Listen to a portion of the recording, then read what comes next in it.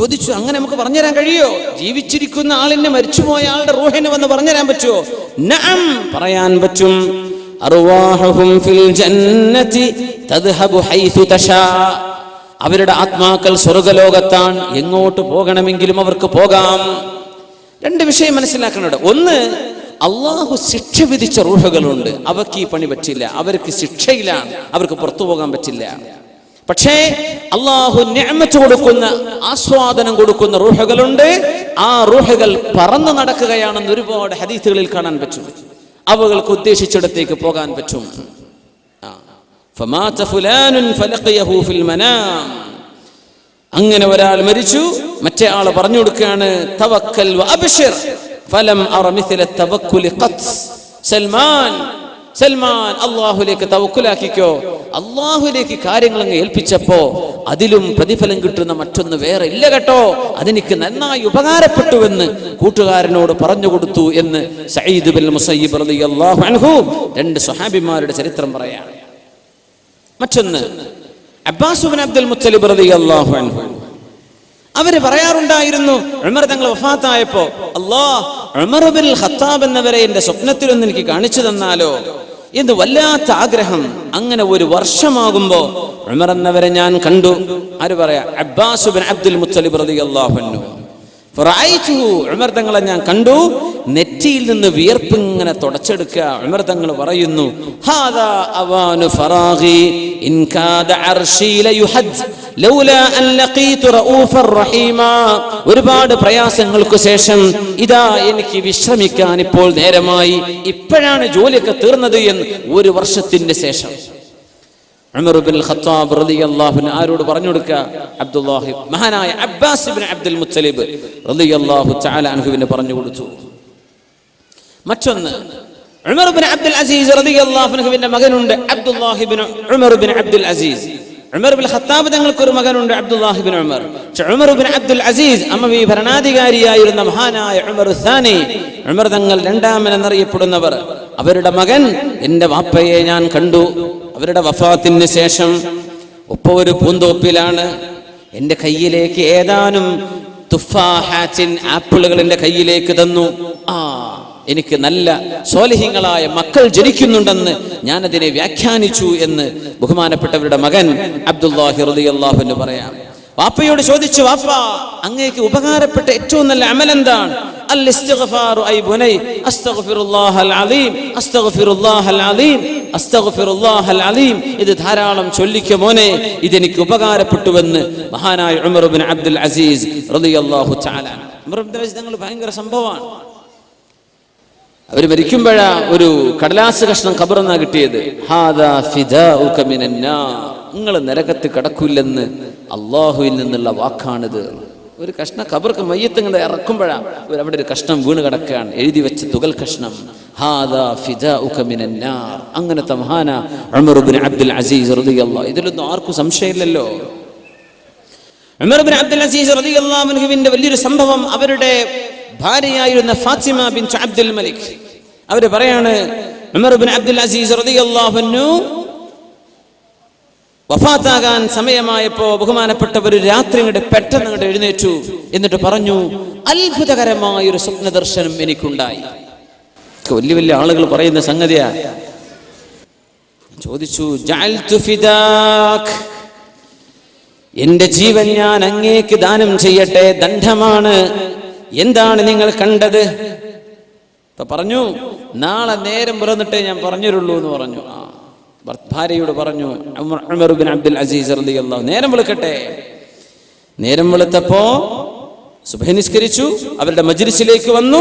ഒറ്റയ്ക്കിരിക്കുമ്പോ ഞാൻ ചെന്ന് ചോദിച്ചു, ഭാര്യയാ പറയുന്നത്, ഞാൻ ചോദിച്ചു, അല്ല നിങ്ങൾ ഇന്നലെ കണ്ട സ്വപ്നം എന്തായിരുന്നു? അപ്പൊ പറഞ്ഞു, റഅയ്തു, ഞാൻ കണ്ടു, കഅന്നി റുഫിഅത് ഇലാ അർദിൻ ഖദറാ വാസിഅ, വിശാലമായ പച്ച പുതച്ച ഒരു പുൽമേടിലേക്ക് എന്നെ ഉയർത്തപ്പെട്ടു. അവിടെയുണ്ട് ഖദ് ഖറജ മിൻ ദാലിക, അവിടെ ഫഇദാ ഫീഹാ ഖസ്റുൻ അബിയദ്, അവിടെ ഒരു വെളുത്ത ഒരു വൈറ്റ് പാലസ്, ഒരു വെളുത്ത കൊട്ടാരമുണ്ട്, വളരെ മനോഹരമായത്. അതിൽ നിന്ന് ഒരാൾ പുറത്തു വന്നു. ഓർക്കങ്ങനെ വിളിച്ചു ചോദിച്ചു, ഐന Muhammad bin Abdullahi bin Abdul Muttalib, എവിടെ നബി തങ്ങൾ എവിടെ? ഐന റസൂലുള്ളാഹ് സ്വല്ലല്ലാഹു അലൈഹി വസല്ലം. അപ്പോൾ നബി തങ്ങൾ ഇങ്ങനെ വന്ന് നബി തങ്ങൾ ആ കൊട്ടാരത്തിലേക്ക് കയറി ചെല്ലുന്നു. അടുത്ത വിളി ഐന അബൂബക്കർ ഇബ്നു അബീ ഖുഹാഫ. അബൂ ഖുഹാഫയുടെ മകൻ അബൂബക്കർ സിദ്ദീഖ് എന്നവർ എവിടെ? അപ്പോൾ സിദ്ദീഖ് തങ്ങൾ അതിലേക്ക് ഇങ്ങനെ കയറി ചെല്ലുന്നു. പിന്നെ വിളിച്ചു ഐന ഉമർ ഇബ്നു അൽ ഖത്താബ്. ഉമർ ഇബ്നുൽ ഖത്താബ് തങ്ങൾ എവിടെ? ഉമർ തങ്ങൾ ഇങ്ങനെ നടന്നു ചെല്ലുന്നു. പിന്നെ ചോദിച്ചു ഐന ഉസ്മാൻ ഇബ്നു അഫ്ഫാൻ. ഉസ്മാൻ തങ്ങൾ എവിടെ എന്ന് ചോദിച്ചു. ഉസ്മാൻ എന്നവരും കയറി ചെന്നു. ഞാനിതൊക്കെ കാണാം. പിന്നെ ചോദിച്ചു ഐന അലി ഇബ്നു അബീ ത്വാലിബ്. അലി റളിയല്ലാഹു അൻഹു എവിടെ? അവരും കയറി ചെന്നു. ഞാനിതിങ്ങനെ കാണാം. അങ്ങനെ പിന്നെ പുറത്തു വന്നിട്ട് ഒരു വിളി ഐന ഉമർ ഇബ്നു അബ്ദുൽ അസീസ്. ഉമർ ഇബ്നു അബ്ദുൽ അസീസ് എന്നവരെവിടെ? അപ്പൊ ഞാൻ ഉള്ളിലേക്ക് ചെന്നു. ഞാൻ ചെന്ന് നോക്കുമ്പോൾ അഷ്റഫുൽ ഖൽഖ് സ്വല്ലല്ലാഹു അലൈഹി വസല്ലം തങ്ങളുടെ ചുറ്റും ഒരുപാട് ആളുകൾ ഇരിക്കുന്നുണ്ട്. ഞാനിപ്പോൾ എവിടെയാണ് ഇരിക്കേണ്ടത്? അപ്പൊ ഞാൻ എൻ്റെ ഉപ്പാപ്പയെ കണ്ടു, ഉമർ ഇബ്നുൽ ഖത്താബ് റളിയല്ലാഹു അൻഹുവിനെ. ഞാൻ അവിടെ അരികത്ത് പോയിരുന്നു. നോക്കുമ്പോൾ സിദ്ദീഖ് എന്നവര് നബി തങ്ങളുടെ വലതു ഭാഗത്താണ്. നബി തങ്ങളുടെയും സിദ്ദീഖ് എന്നവരുടെയും ഇടക്ക് വേറൊരാൾ ഇരിക്കുന്നുണ്ട്. എനിക്കത് മനസ്സിലായില്ല. അപ്പൊ ഞാൻ ആ വലതുഭാഗത്ത് ചെന്ന് ഇരുന്നാലോ എന്നിങ്ങനെ ആലോചിച്ചു. അപ്പൊ എന്നോട് പറയപ്പെട്ടു, നിങ്ങൾ അവിടെ ഇരുന്നോ, ഇൽസം ഉമർ ഇബ്നുൽ ഖത്താബ് തങ്ങളുടെ അരികത്ത് ഇരുന്നോ, അവിടെ നിന്ന് എണീക്കണ്ട എന്ന് എന്നോട് പറഞ്ഞു. ഉമർ ഇബ്നു അബ്ദുൽ അസീസ് റളിയല്ലാഹു അൻഹു പറയാം, ഞാൻ അങ്ങനെ ഇരിക്കുമ്പോ യാ ഉമർ ഇബ്നു അബ്ദുൽ അസീസ് തമസ്സക് ബിമാ അൻത അലൈഹി വസ്ബുത് അലാ മാ അൻത അലൈഹി. പിന്നെ ആ ഒരു ഇരുത്തങ്ങനെ ഓർമ്മയുണ്ട്. പിന്നെ പറഞ്ഞു എല്ലാവരും ഇറങ്ങിക്കോളൂ എന്ന് പറഞ്ഞു. എന്നോട് പോകാൻ പറഞ്ഞു. ഞാൻ അവിടെ നിന്ന് പുറത്തിറങ്ങി. ഞാനിങ്ങനെ കാത്തിരിക്കുക. അപ്പോൾ ഉസ്മാൻ ഇബ്നു അഫ്ഫാൻ റളിയല്ലാഹു അൻഹു എൻ്റെ പിന്നാലെ വരുന്നുണ്ട്. അവർ പറയുന്നുണ്ട് അൽഹംദുലില്ലാഹില്ലദീ നസറനി. അല്ലാഹുവേ നിനക്ക് സ്തുതി റബ്ബേ, നീ എന്നെ സഹായിച്ചുവല്ലോ. അപ്പോൾ അലി റളിയല്ലാഹു അൻഹു ബാക്കിൽ ഇറങ്ങുന്നു. അൽഹംദുലില്ലാഹില്ലദീ ഗഫറ ലീ ദംബി. എൻ്റെ തെറ്റുകളൊക്കെ അല്ലാഹു നീ പുറത്തു തന്നില്ലേ, നിനക്ക് സ്തുതി അല്ലാഹ് എന്ന് അലി ഇബ്നു അബീ ത്വാലിബ് റളിയല്ലാഹു തആല ഉസ്മാൻ തങ്ങളുടെയും അലി റളിയല്ലാഹു അൻഹുവിന്റെയും ജീവിതകാലത്തുണ്ടായ ഇജ്തിഹാദുപരമായ ചില വിഷയങ്ങളിൽ മുസ്ലിം ഉമ്മത്തിന് അല്ലാഹു തആല പരിഹാരം പറഞ്ഞു കൊടുക്കുകയാണ്. ഈ സ്വപ്നത്തിന്റെ ഉദ്ദേശം അതായിരുന്നു. ഉമർ ഇബ്നു അബ്ദുൽ അസീസ് തങ്ങളുടെ അടുത്ത് വേറൊരാൾ വന്നിട്ട് പറഞ്ഞിട്ടുണ്ട്, റഅയ്തു റസൂലല്ലാഹി സ്വല്ലല്ലാഹു അലൈഹി വസല്ലം ഫിൽ മനാം. അഷ്റഫുൽ ഖൽഖിനെ ഞാൻ കണ്ടിട്ടുണ്ട്. ഇതൊക്കെ റൂഹുകളുടെ യാത്രയാണ്.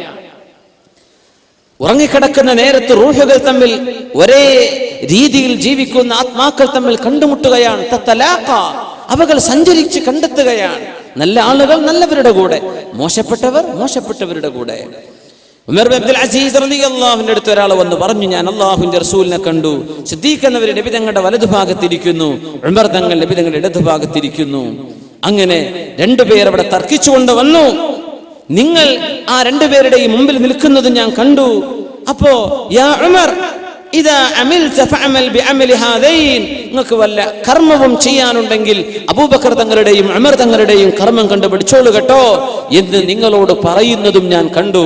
ഉമർ തങ്ങൾ ചോദിച്ചു, നീ അല്ലാഹുവിനെ വെച്ച് സത്യം ചെയ്തു പറ, ഇത് നീ കണ്ടോ?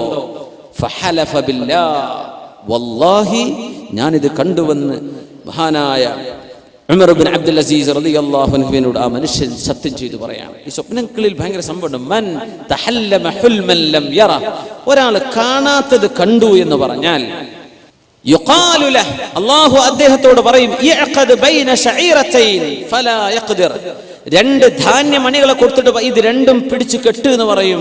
അയാൾക്കത് കെട്ടാൻ കഴിയില്ലെന്ന് റസൂലുള്ളാഹി സ്വല്ലല്ലാഹു അലൈഹി വസല്ലം. വെറുതെ സ്വപ്നം വിളിച്ചു പറയാൻ പാടില്ല. ചിലർക്ക് അങ്ങനെ ഉണ്ട്.